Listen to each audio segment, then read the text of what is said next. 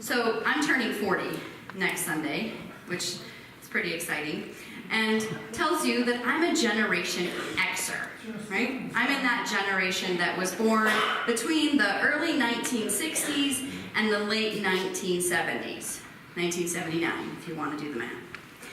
And it was during our most formative years as teens and young adults that we Generation Xers experienced a significant shift in technology, especially as it applies to the way we communicate with each other. Any guesses on what that was?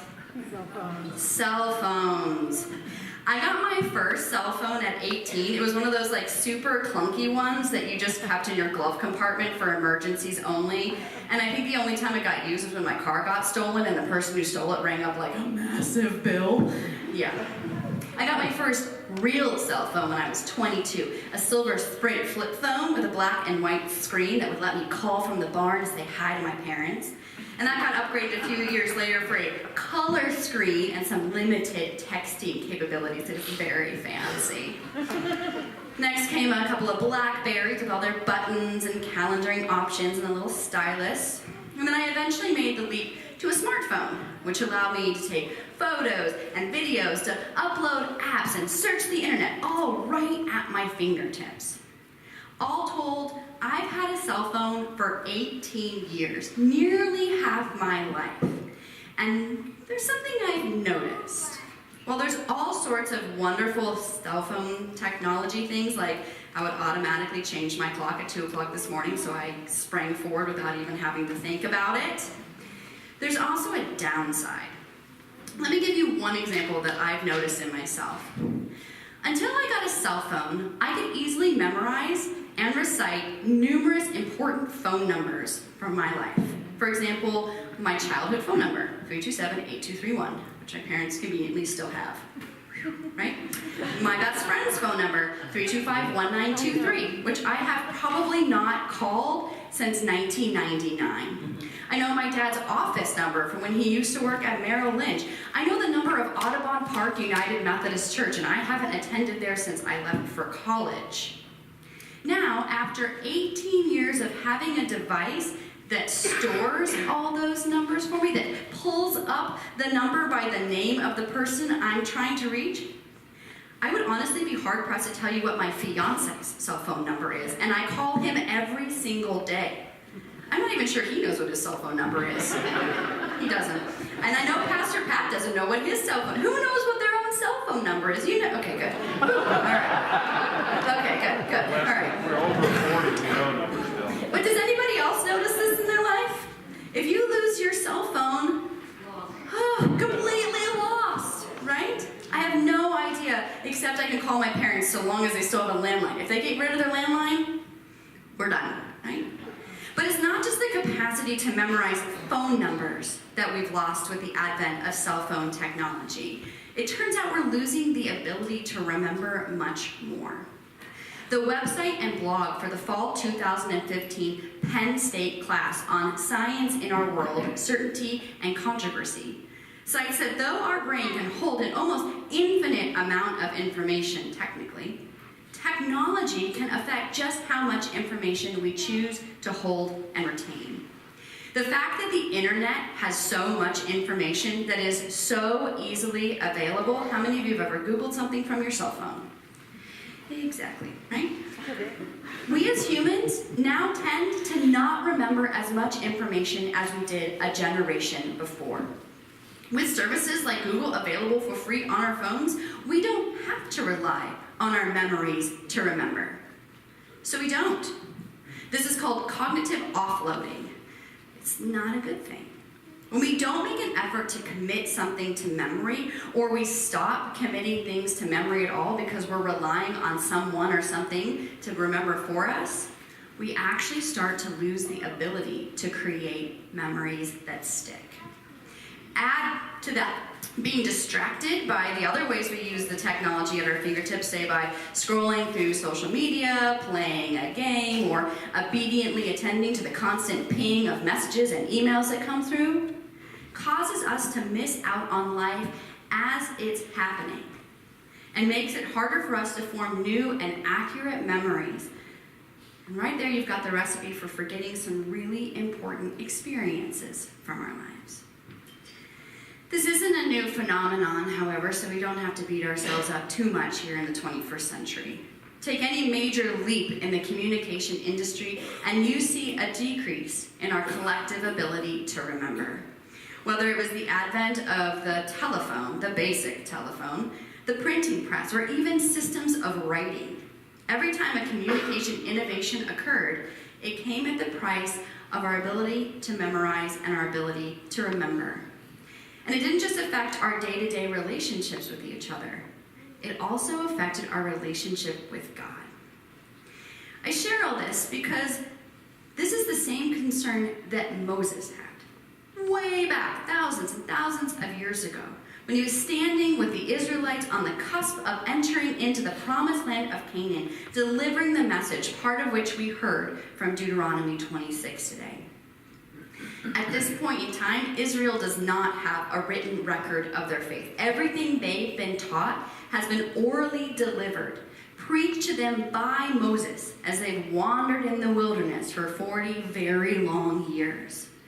Up to this point, Moses has been their Google, the repository of the knowledge of God, and he has carried the burden of communicating the religious life of the people for 4 decades, teaching them who God is and what God has done, constantly calling them back to righteousness when they are tempted to stray away, and leading them through the rituals and rites of their new faith. If necessity is the mother of all invention, memory is the mother of all faith. And Moses is afraid that once they've settled in the promised land and they're on their own, because remember, Moses doesn't get to go with them, they will all too easily forget the basics of their faith and fall away from their relationship with God, because he won't be there for them to rely on to remember. Once they're comfortable and settled after the long, uncomfortable journey in the wilderness, Moses believes it won't take long for them to forget how things were back in Egypt, to forget where their salvation and their provision came from. They will so easily come to claim the credit for themselves over time than God. And once they're really settled and they've started reaping the harvest of the land, they are also very likely to forget who gave them the land they're about to inherit in the first place. Land that they are given to possess, but that ultimately belongs to God.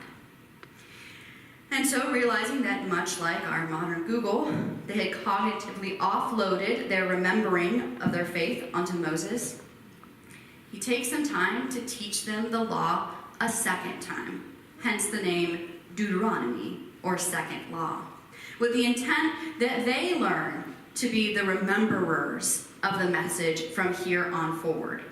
This 2.0 version of the Mosaic Law is meant to help them learn and memorize the rituals of the past and help them remember the work of God in the struggles of their past, so that they will continue to create a life with God in the present and in the future.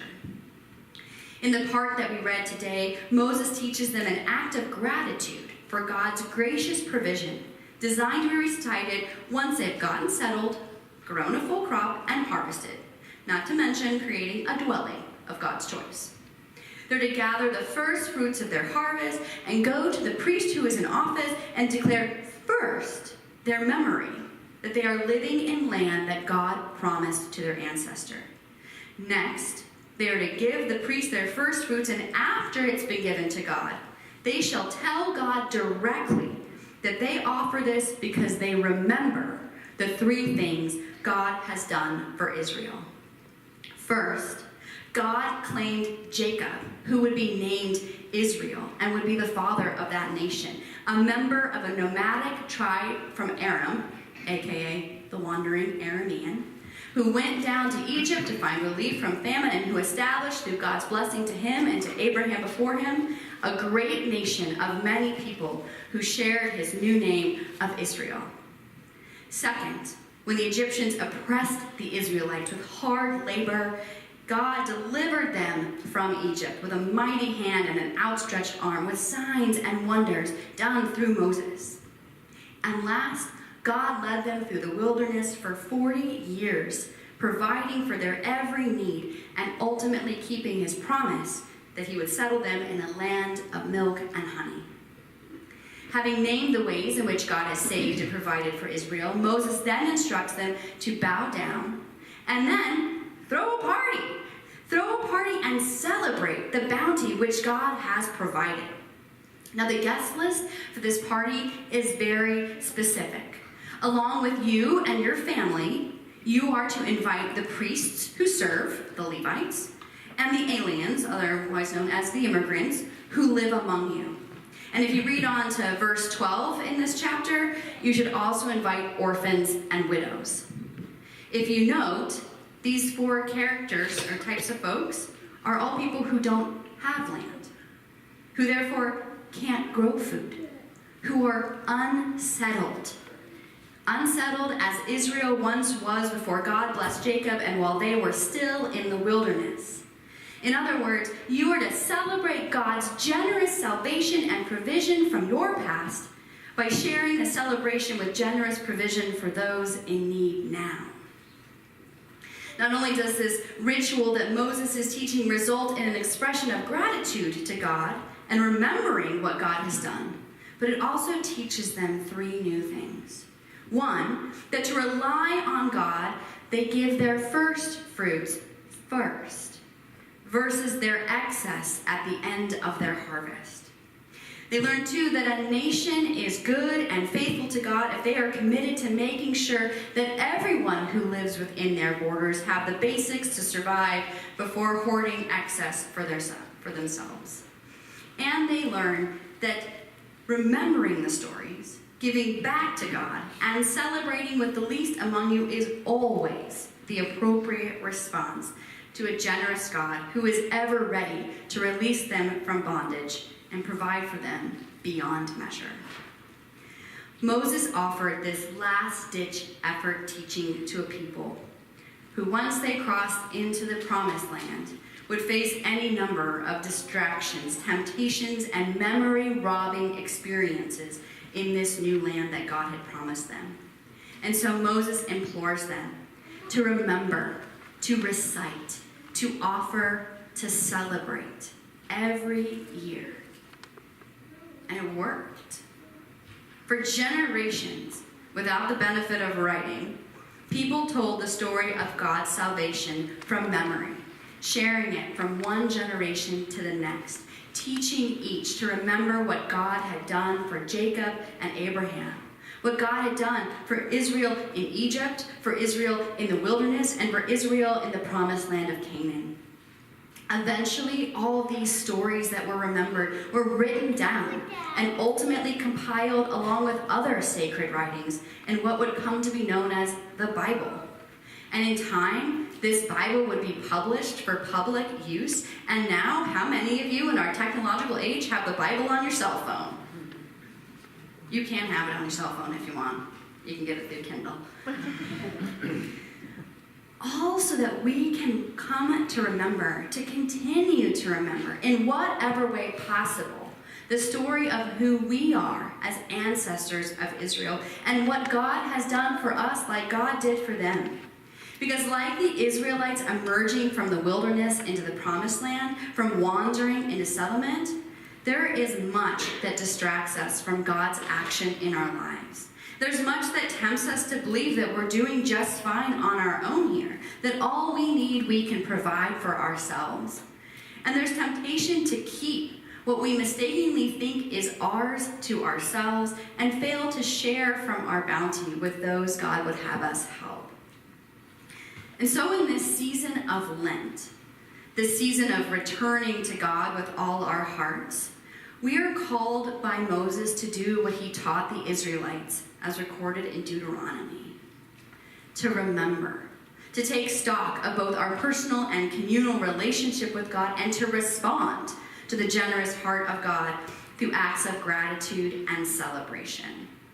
This season gives us an opportunity to slow down and remember the unmerited good God has done for our ancestors through Jacob and Moses, but also what God has done for all people through Jesus Christ. To remember that just as God provided manna and water in the wilderness, God has given us everything that we need. And we are called to return some of that provision in gratitude, to return it to God so that others might be provided for in our society, just as Jesus, his son, taught us. If we reflect on Jesus' teaching of the widow and her 2 mites, you all know that story? Remember that? The Mosaic tradition has handed down that teaching. That woman knew that teaching.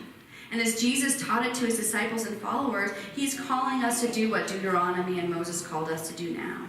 To give not after we have all of our excess, but to give in the moment, not in the future. And to do so demonstrating our trust in God to provide what we need now, and also to demonstrate our recognition that we are dependent upon God right now. But we'll not just remember the stories in worship today. During our time of offering, when we bring our pledges and our first fruits for the year, we will do this ritual of gratitude that Moses taught the Israelites. As the plates are brought forward and they are brought to the priest who is in office at the time, we will state why we have come forward, and then when the plates are offered, we will tell God the story of our faith and celebrate the graciousness of God. A month ago, when this Sunday was assigned for committing our pledges for the coming year, I didn't realize what this text from Deuteronomy 26 was all about. And so I have to give credit to the Holy Spirit for knowing just what would work on just such a perfect day. For it is divinely perfect that we have heard this story on how to thank God with our gifts on the day that we will offer our first fruits for the mission and ministry of Cheney United Methodist Church. Thank you. Because like the Israelites, we are in a season of wilderness and wandering, preparing ourselves to enter into the promised land of Christ's resurrection and eternal life on Easter Sunday. In order to inherit that promise, we must first remember that we are God's chosen people. We must remember the ways in which God has saved us, provided for us, through Moses and through Jesus Christ. And we must remember always to give back to God in gratitude and joy, so that all may know the promise of the kingdom. So I invite you to join me. Let us celebrate the first fruits of our harvest and give thanks to God. Amen. I invite you to rise in body or spirit and join in singing For the